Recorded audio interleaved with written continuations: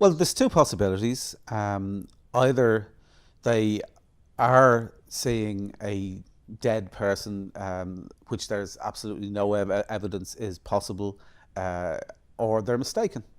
And it's infinitely more likely that they're mistaken. If they have somebody telling them indirectly that this other person is seeing their dead people and is conveying information to them indirectly, then it's even more likely that they're mistaken and or being conned. Many mediums believe that what they do is true and they're genuine people, but there is no scientific evidence that they're effective. And at a more basic level still, mediums claim to be able to contact spirits of the dead, but there's no empirical evidence for the existence of spirits of the dead. None. The frustrating thing for me was I couldn't share it with anyone. At this stage I couldn't really say it to my mum because I was afraid I'd be banged up or put into a madhouse. Liam was fed up listening to me about it, that kind of way.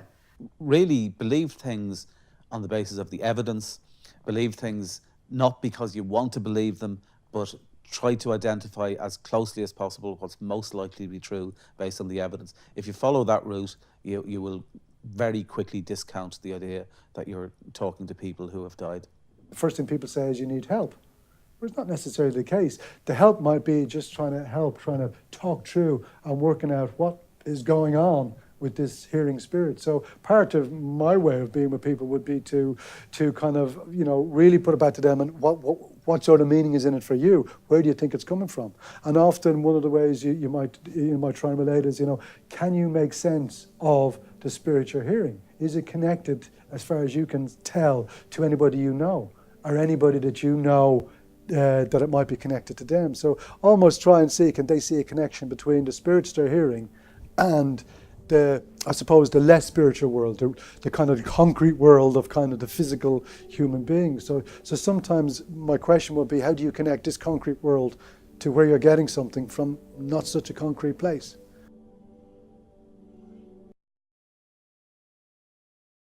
We used to visit an aunt in the countryside every summer. We were up in the house and she turned around and she asked me to go in and get one of her throwovers for her knees. So I walked into the bedroom and I kind of shouted back to her, where do you keep the quilt? And she said, it's under the bed in the old chest.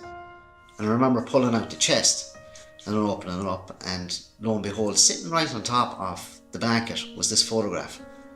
And the photograph was of the woman I seen years prior in my house sitting at the end of the bed.